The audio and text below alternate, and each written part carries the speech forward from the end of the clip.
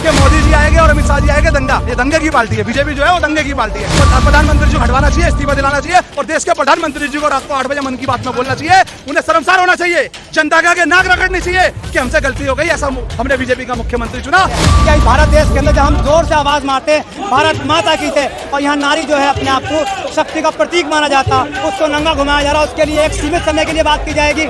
ये कैसी सरकार है? अगर महिला सुरक्षित है तो नगर अवस्था में मणिपुर में क्या हुआ है, वो रात में जो बेटी जला दी गई उसके साथ क्या हुआ है? अगर बेटी सुरक्षित है तो कोई दिक्कत वाली बात है, जवाब तो 2024 में जनता देगी। क्योंकि मणिपुर में उन्हें लग रहा है कि प्रधानमंत्री जी की सीट सरके जा रही है, देश के सारे नेता एक हो गए हैं, वो चाहते हैं कि देश बच जाए। प्रधानमंत्री जी सिर्फ अडानी और अंबानी का घर बनने में लगे हुए हैं, प्रधानमंत्री जी सिर्फ टमाटर को महंगा करने में लगे हुए हैं, प्रधानमंत्री जी देश बेचने में लगे हुए हैं, प्रधानमंत्री जी रेल बेचने में लगे हुए हैं, प्रधानमंत्री जी जनता को बेचने में लगे हुए हैं। प्रधानमंत्री जी हमारे मणिपुर के बारे में कुछ नहीं बोलना चाहते, क्योंकि आज बहनों की इज्जत लुट रही है, माताओं की इज्जत लुट रही है। जिस वक्त मोदी जी को उठाया गया था तो लोगों के दिमाग में ये थी अच्छे दिन आएंगे, 15 लाख रुपए आएंगे, 2 करोड़ रोजगार आएंगे, वो कुछ नहीं। अगर उनके अंदर हिम्मत है अपने काम पे वोट मांग के दिखाएं, धर्म को छोड़ दीजिए। झूठों के बड़े बड़े बेहतरीन अलंबारदार देखे, लेकिन मोदी से बड़ा वाला नौटंकी और झूठ बोलने वाला नहीं देखा। झूठ को इस तरह पेश करते हैं कि सच भी शर्मिंदा हो जाता है। इनको तुरंत इस्तीफा दे देना चाहिए, मणिपुर के मुख्यमंत्री का तुरंत इस्तीफा ले लेना चाहिए। वो बहन बेटियों को जो वीडियो बनाकर लोग ले जा रहे हैं, उन पर तुरंत कार्रवाई होनी चाहिए। जनता चाहती है कार्रवाई हो, उन पर फांसी हो। इसलिए है कि ना किसी को रोजगार दिया, ना किसी को जो है कहीं किसी जगह पे सेटल किया, ना कोई यूनिवर्सिटी बनाई, ना कोई एम्स बनाया, तो बेमिसाल तो इसलिए है। मोदी जी कहते हैं झोला उठाएंगे चल देंगे। अब देश की स्थिति ये हो गई झोला उठाने वाली। आज सारी माताएं बहनें पूछ रही है कि मोदी जी झोला कब उठाओगे, पर मोदी झोला नहीं उठा रहे। मोदी जी सिर्फ मगरमच्छ के आंसू बहा रहे हैं और हमारी बहन बेटों की इज्जत लुटवा रहे हैं। वो डर क्यों रहे हैं? वो बार बार आज 38 दलों को इकट्ठा कर बैठ क्यों रहे? वो तो अकेला सब पे भारी था भाई, जो शख्स अकेला सब पे भारी है 56 इंच का छीना, वो 38 पार्टियों को लेकर आज क्यों मैदान में खड़ा है? क्या वजह है? मजबूरी आई ना।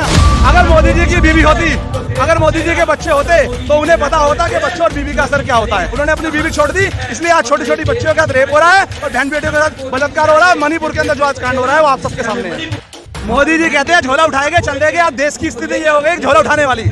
आज सारी माताएं बहनें पूछ रही है कि मोदी जी झोला कब उठाओगे, पर मोदी झोला नहीं उठा रहे। मोदी जी सिर्फ मगरमच्छ के आंसू बहा रहे हैं और हमारी बहन बेटों की इज्जत लुटवा रहे हैं। अगर मोदी जी की बीवी होती, अगर मोदी जी के बच्चे होते तो उन्हें पता होता कि बच्चों और बीवी का असर क्या होता है। बीवी उनसे कहती शाम को ये ले आना, उन्होंने अपनी बीवी छोड़ दी, इसलिए आज छोटी छोटी बच्चियों के साथ रेप हो रहा है और बहन बेटियों के साथ बलात्कार हो रहा है। मणिपुर के अंदर जो आज कांड हो रहा है वो आप सबके सामने है। देश के प्रधानमंत्री जी को बोलना चाहिए, पहले मणिपुर के मुख्यमंत्री का इस्तीफा लेना चाहिए। मगरमच्छ के आंसू से फर्क नहीं पड़ेगा। आज सदन में हमारे संजय सिंह जी आवाज उठाते हैं, उन्हें आप निलंबित कर दे दो, सस्पेंड कर दे दो। सस्पेंड करने से कुछ नहीं होगा। आज देश की जनता हमारे देश के प्रधानमंत्री जी से पूछने जाते हैं, प्रधानमंत्री जी रात को 8 बजे आइए, मन की बात कीजिए और मणिपुर पर चर्चा कीजिए। पहले मणिपुर के मुख्यमंत्री का इस्तीफा मांगिए, फिर जिन लोगों ने मणिपुर में हमारी बहनों के साथ ऐसा काम किया है उन लोगों को फांसी की सजा दीजिए। हमारे देश के प्रधानमंत्री जी से पूछना चाहते हैं।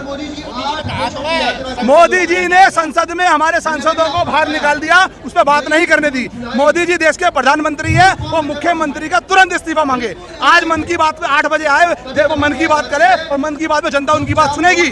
और जनता कह रही है कि मणिपुर के मुख्यमंत्री का इस्तीफा लेना चाहिए और जिन लोगों ने गलत करा उन पर कार्रवाई होनी चाहिए। पर प्रधानमंत्री जी रोने के अलावा कुछ नहीं कर रहे हैं। मन की बात में तो 1-1 घंटे चर्चा करते हैं, लेकिन इस मामले पर सिर्फ 36 सेकंड बोले हैं। क्योंकि मणिपुर में उन्हें लग रहा है कि प्रधानमंत्री जी की सीट सरके जा रही है, देश के सारे नेता एक हो गए हैं, वो चाहते हैं कि देश बच जाए।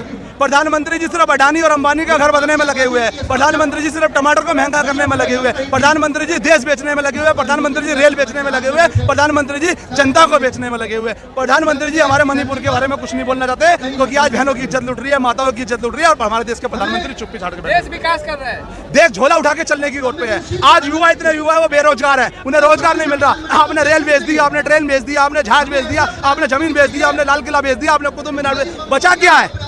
आज देश का युवा परेशान है, आज देश का युवा बेरोजगार है। सिर्फ अडानी और अंबानी के अलावा हमारे देश के प्रधानमंत्री ने किसी का विकास नहीं किया।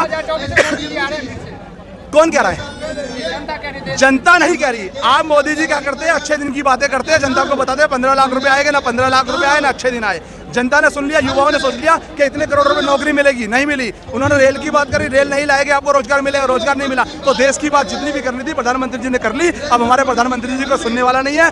जो अच्छे दिन की बातें कर रहा था उनकी बहनों की आज इज्जत लूटी जा रही है। 2024 में कैसे मुमकिन है मोदी जी को हटाना, जबकि पूरा मीडिया ने आज पूरा देश एकजुट हो गया है। आज पूरा देश ये कहता है कि हमारे देश के प्रधानमंत्री जी ने सबको कहीं ना कहीं लॉलीपॉप दिया। अच्छे दिन आएंगे, आपके अकाउंट में 15 लाख रुपए मिलेंगे, आपको सरकारी नौकरी भी मिलेगी, आपको ये भी मिलेगा, आपको वो भी मिलेगा, तो कुछ नहीं मिला।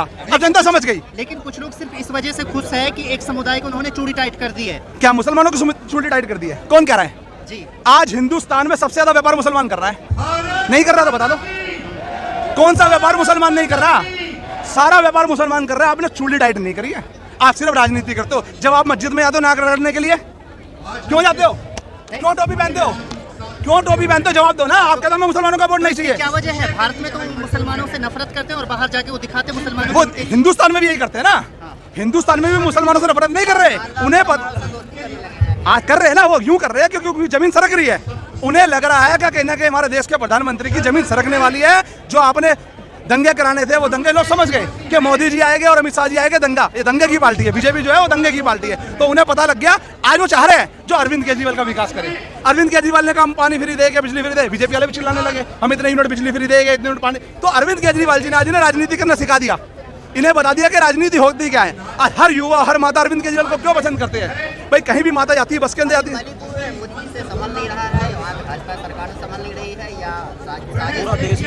कोई साजिश नहीं है। हमारे देश के प्रधानमंत्री जी को तुरंत इस्तीफा दे देना चाहिए। मणिपुर के मुख्यमंत्री का तुरंत इस्तीफा ले लेना चाहिए। सीसीटीवी कैमरे अरविंद केजरीवाल जी हर जगह लगा रखे, मणिपुर में भी लगे होंगे। वो बहन बेटियों को जो वीडियो बनाकर लोग ले जा रहे हैं, उन पर तुरंत कार्रवाई होनी चाहिए। जनता चाहती है कार्रवाई हो, उन पर फांसी हो। कितने लोग थे उसमें भीड़ में? कितने लोग थे? कितने लोग थे जो बहनों को रगड़ रगड़ के ले जा रहे थे? उन सब पे कार्रवाई होनी चाहिए। उन सब पे कार्रवाई होनी चाहिए। उन सब पे फांसी की सजा होनी चाहिए। और तुरंत वहां के मुख्यमंत्री को, प्रधानमंत्री जी को हटवाना चाहिए, इस्तीफा दिलाना चाहिए। और देश के प्रधानमंत्री जी को रात को 8 बजे मन की बात में बोलना चाहिए। उन्हें शर्मसार होना चाहिए। जनता के आगे नाक रगड़नी चाहिए कि हमसे गलती हो गई, ऐसा हमने बीजेपी का मुख्यमंत्री चुना। और जनता से कहना चाहिए आगे दोबारा 2024 के अंदर में अगर चाहती है कि भारत भारत रहे और हमारे अंदर में, हमारे देश के अंदर प्यार और मोहब्बत की बराबर ये लहर चलती रहे, तो उसको मोदी जी को हटाना होगा। हमारी पार्टी में सारे भ्रष्टाचारी है, सारे भ्रष्टाचारी एक हो गए हैं। आपने जो अभी बात कही कि सारे भ्रष्टाचारी, मैं एक बात नहीं समझ पा रहा हूँ इस बात के लिए कि अगर सत्येंद्र जयंती बंद हैं तो आज तक उनके खिलाफ चार्जशीट क्यों नहीं, मतलब जो है वहाँ जाकर दाखिल की गई है।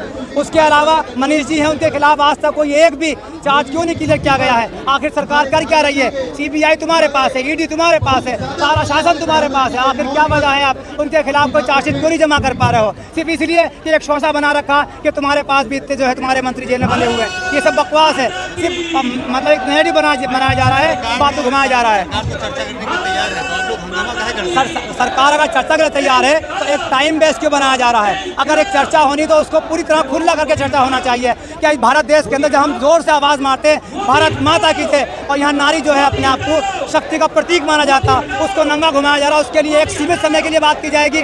ये कैसी सरकार है? हम नारी का सम्मान करते हैं। एक तरफ हमने भारत को अब्बा नहीं बताया, हमने भारत को माता बनाया, क्योंकि माता सम्मानीय है। और यहाँ तुम जो बहन बेटियों का इस तरह से शोषण कर रहे हो, उसके लिए आप छोटी बात करोगे, इसलिए संसद का मामला अटका हुआ है। तो इसलिए मैं कह रहा हूँ कि बात लिमिट के साथ नहीं, अनलिमिटेड बात होनी चाहिए। विपक्ष किसी की डिमांड कर रहा है तो इसमें सरकार को दिक्कत क्या है? सांसद को तो सस्पेंड कर दिया गया है। तो इसीलिए सच बात कह दी ना भाई, सच जो कहा है तो तभी तो। और एक बात याद रखना, जो सच बोलेगा वो गर्दन देगा। तो अगर इस वक्त में उन्होंने अपनी कुर्सी को साइड किया है, संजय सिंह जी को साइड निकाला है, तो उन्होंने हक बात कही है। और ये अब से जब से दुनिया बनी है, जो सच बोलता है वो दरवाजा खोलता है और उसको कहीं ना। सबसे सच्चे हैं मोदी जी से सच्चा कोई है इस देश में? मैंने अभी तक झूठों के बड़े बड़े बेहतरीन अलमबारदार देखे, लेकिन मोदी से बड़ा वाला नौटंकी और झूठ बोलने वाला मैंने देखा। झूठ को इस तरह पेश करते हैं कि सच भी शर्मिंदा हो जाता है। हमारी पार्टी पे बारी है। बताइए आपका नाम क्या है? निजाम सैफी। निजाम सैफी। पूरे देश की आवाम जो है वो मोदी जी के साथ है, सिर्फ एक निजाम सैफी। आप किस तरह से आप उस बात को कह सकते हो? आप वोटों के अंदर परसेंट का आपने हिसाब लगाया? एक तरफ 17 पार्टी इकट्ठे होकर लड़ने, एक तरफ एक हिंदू मुस्लिम के बेस पे एक नेटिव बना के लड़ा जा रहा है। लोग हिंदू राष्ट्र के नाम पे, लोग राम मंदिर के नाम पे, सब मोदी जी के साथ। देखिए, मैं इस पर एक बात कहूँगा बड़ी। जिस वक्त मोदी जी को लाया गया था तो लोगों के दिमाग में ये थी अच्छे दिन आएंगे, 15 लाख रुपए आएंगे, 2 करोड़ रोजगार आएंगे। वो कुछ नहीं। अगर उनके अंदर हिम्मत है, अपने काम पे वोट मांग के दिखाएं। धर्म को छोड़ दीजिए। मैं क्या कह रहा हूँ आपसे, 370 हट गया ना। दुनिया के अंदर 203 या 2-4 मुल्क होने बाद किसी ने धर्म के नाम पे वोट मांगा? 3 तलाक का जो कानून आया उसको आप समर्थन करेंगे ना? 3 तलाक को उन्हें पता ही नहीं होता क्या है। अगर उनको पता हो तो एक वक्त में बताइए 3 तलाक किसे कहते हैं? किसे कहते हैं 3 तलाक? 3 तलाक है ही नहीं कुछ भी। हलाला बंद करवा दिया। हलाला कुछ नहीं है। और अगर मामला तो आप इसके बारे में अदालत में जाइए ना, कितने केस हिंदू लोगों के पड़े हुए हैं, मुसलमानों का तो मैटर ही नहीं इसमें। चार शादी को प्रतिबंध लगा रहे हैं, चार शादी को प्रतिबंध लगा रहे हैं मोदी जी। जालसाजी, चार शादी नहीं ऐसा है, एक अफेयर कर रखा, एक घर वाली है, एक बाहर वाली है। अगर उनके अंदर हिम्मत है तो बेटियों को बराबर सम्मान देने के लिए बाहर वाली का रास्ता बंद कीजिए ना। बच्चे क्या है? किसके हैं? एक आध तो नाम बताइए ना भाई, एक आध तो नाम बताइए। मैं तो एक वाला हूँ, वो चार वाला नहीं, 2 वाला बताइए ना। ये बेकार की बातें हैं, ये सिर्फ एक जो है ना व्हाट्सएप यूनिवर्सिटी का एक खेल है और कुछ नहीं है। मेरे 3 बच्चे हैं, 2 बेटी, 1 बेटा और 1 बीवी है भाई। 2 बेटे 1 बेटी, 3 बच्चे हैं मेरे। और बता दूं आपसे, जनसंख्या के बारे में बात कर रहे हैं, जो नॉन एजुकेट लोग हैं, जिन्हें एजुकेशन के बिहाफ पे नॉलेज नहीं है, वो हमेशा से इस मामले में जो है ना कहीं ना कहीं बढ़ चढ़ जाते हैं। लेकिन जो लोग एजुकेट होते हैं, वो किसी धर्म के भी हों, वो कहीं ना कहीं अपने बच्चों को सीमित रखते हैं। यूनिफॉर्म सिविल कोड का तो समर्थन करें। उसके लिए हम एक बात कहेंगे बड़ी साफ लफ्ज़ में यूनिफॉर्म के लिए, कि अगर ऐसा कुछ है तो आर्टिकल 19 के अंदर जो हमें अधिकार दिए गए धर्म के अनुसार, उसका अवहेलना कैसे होगी? संविधान के खिलाफ कैसे चले जाएंगे? उसमें हमने कहा आप उसका भाई, उसका जो भी कुछ लिखना है वो कहाँ है? डिटेल तो बताइए ना भाई। यूसीसी फैला दिया, डिटेल कहाँ है उसकी?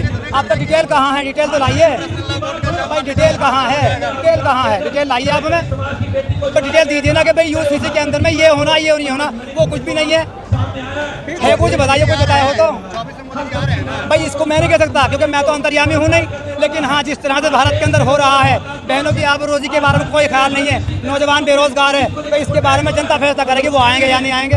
मोदी जी कह रहे हैं देश में महिला सुरक्षित है।